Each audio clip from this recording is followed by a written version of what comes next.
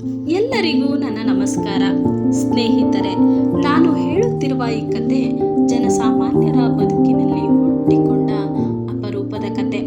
ತನ್ನ ಕೋಳಿಯ ಕೂಗಿನಿಂದಲೇ ಸೂರ್ಯ ಹುಟ್ಟುವುದು, ತನ್ನ ಬೆಂಕಿಯ ಕೆಂಡದಿಂದಲೇ ಹಳ್ಳಿಯ ಜನರು ಅಡಿಗೆ ಮಾಡುವುದು ಎಂದು ನಂಬಿಕೊಂಡು ಜಪ ಮಾಡಿದ ಅಜ್ಜಿಯ ಕತೆ. ಒಂದು ಊರು. ಆ ಊರಿನ ಹೆಸರು ಸೋಮನಹಳ್ಳಿ. ಆ ಹಳ್ಳಿಯಲ್ಲಿ ಸಾಕಮ್ಮ ಎಂಬ ಅಜ್ಜಿ ಇದ್ದಳು. ಆ ಅಜ್ಜಿಯ ಬಳಿ ಒಂದು ಕೋಳಿ ಕೂಡ ಇತ್ತು. ಪ್ರತಿದಿನ ಬೆಳಿಗ್ಗೆ ಸೂರ್ಯ ಉದಯಿಸುವ ಮುನ್ನವೇ ಕೊಕ್ಕೊಕ್ಕೋ ಎಂದು ಕೂಗುತ್ತಿತ್ತು. ಆ ಕೋಳಿ ಜೋರಾಗಿ ಕೂಗುವುದನ್ನ ಕೇಳಿ ಹಳ್ಳಿಯ ಜನ ನಿದ್ದೆಯಿಂದ ಎಚ್ಚರಗೊಳ್ಳುತ್ತಿದ್ದರು. ಆ ಕೋಳಿಯ ಕೂಗಿಗೆ ಎಚ್ಚರಗೊಂಡ ಜನರು ತಮ್ಮ ದಿನನಿತ್ಯದ ಕೆಲಸಗಳಲ್ಲಿ ತೊಡಗುತ್ತಿದ್ದರು. ಆ ಸಾಕಮ್ಮನ ಮನೆಯಲ್ಲಿ ಒಂದು ಬೆಂಕಿ ಹಾಕುವ ಅಗ್ಗಿಷ್ಟಿಕೆ ಕೂಡ ಇತ್ತು. ಹಳ್ಳಿಯ ಜನರೆಲ್ಲರೂ ಸಾಕಮ್ಮನ ಮನೆಗೆ ಹೋಗಿ ಆಕೆಯ ಬಳಿ ಇದ್ದ ಅಗ್ಗಿಷ್ಟಿಕೆಯಿಂದ ಒಂದೊಂದು ತುಂಡು ಕೆಂಡವನ್ನು ತಮ್ಮ ಮನೆಗೆ ತೆಗೆದುಕೊಂಡು ಹೋಗಿ ಒಲೆ ಹೊತ್ತಿಸಿ ಅಡುಗೆ ಮಾಡಿಕೊಳ್ಳುತ್ತಿದ್ದರು. ಈ ಕೋಳಿ ಮತ್ತು ಅಗ್ಗಿಷ್ಟಿಕೆಯು ಸಾಕಮ್ಮನ ಆಸ್ತಿಯಾಗಿತ್ತು. ಹೀಗೆ ದಿನ ಕಳೆಯುತ್ತಿದ್ದಂತೆ ಒಂದು ದಿನ ಆ ಅಜ್ಜಿಗೆ ಜಂಬ ಬರುತ್ತೆ. ಅಲ್ಲ, ಈ ಹಳ್ಳಿಗೆ ಬೆಳಗಾಗೋದು ತನ್ನ ಕೋಳಿಯ ಕೂಗಿನಿಂದ.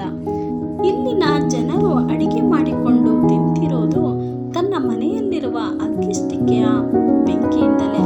ತನಗೆ ತಾನೇ ಊಹಿಸಿಕೊಂಡು ಆಕೆ ತನ್ನ ಕೋಳಿ ಇಲ್ಲದಿದ್ದರೆ ಈ ಊರಿನವರು ನಿದ್ದೆಯಿಂದ ಎಚ್ಚರವಾಗುವುದೇ ಇಲ್ಲ, ತನ್ನ ಅಗ್ಗಿಷ್ಟಿಕೆ ಇಲ್ಲದಿದ್ದರೆ ಈ ಊರ ಮನೆಗಳ ಒಲೆಗಳು ಬೆಂಕಿ ಕಾಣುವುದೇ ಇಲ್ಲ ಎಂದು ಅಜ್ಜಿ ಜಂಬ ಪಟ್ಟಳು.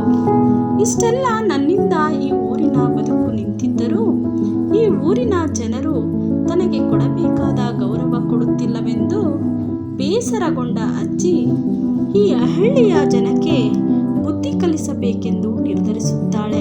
ಮರುದಿನ ಎದ್ದು ಸಾಕಮ್ಮ ಸೂರ್ಯ ಉದಯಿಸುವ ಮುಂಚೆಯೇ ತನ್ನ ಕೋಳಿ ಹಾಗೂ ಅಗ್ಗಿಷ್ಟಿಕೆಯನ್ನು ತೆಗೆದುಕೊಂಡು ಊರಿನ ಪಕ್ಕದಲ್ಲಿರುವಂತಹ ಕಾಡಿಗೆ ಹೋಗಿ ವಾಸಿಸುತ್ತಾಳೆ.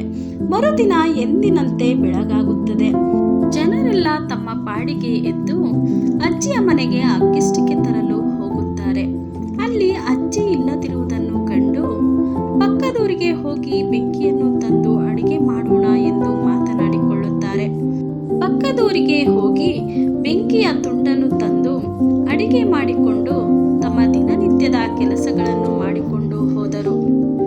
ಅಜ್ಜಿ ಯಾರಿಗೂ ಕಾಣದ ಹಾಗೆ ಕಾಡಿನಲ್ಲೇ ಜೀವನ ಕಳೆದಳು. ಒಂದು ದಿನ ಕಟ್ಟಿಗೆ ಕಡಿಯಲೆಂದು ಆ ಹಳ್ಳಿಯವನು ಕಾಡಿಗೆ ಬಂದ. ಅಲ್ಲಿ ಅಜ್ಜಿಯನ್ನು ಕಂಡು, ಏನಜ್ಜಿ ಇಲ್ಲಿದ್ದೀಯಾ, ಊರು ಸಾಕಾಯ್ತಾ ಎಂದು ಅಜ್ಜಿಗೆ ಕೇಳಿದ.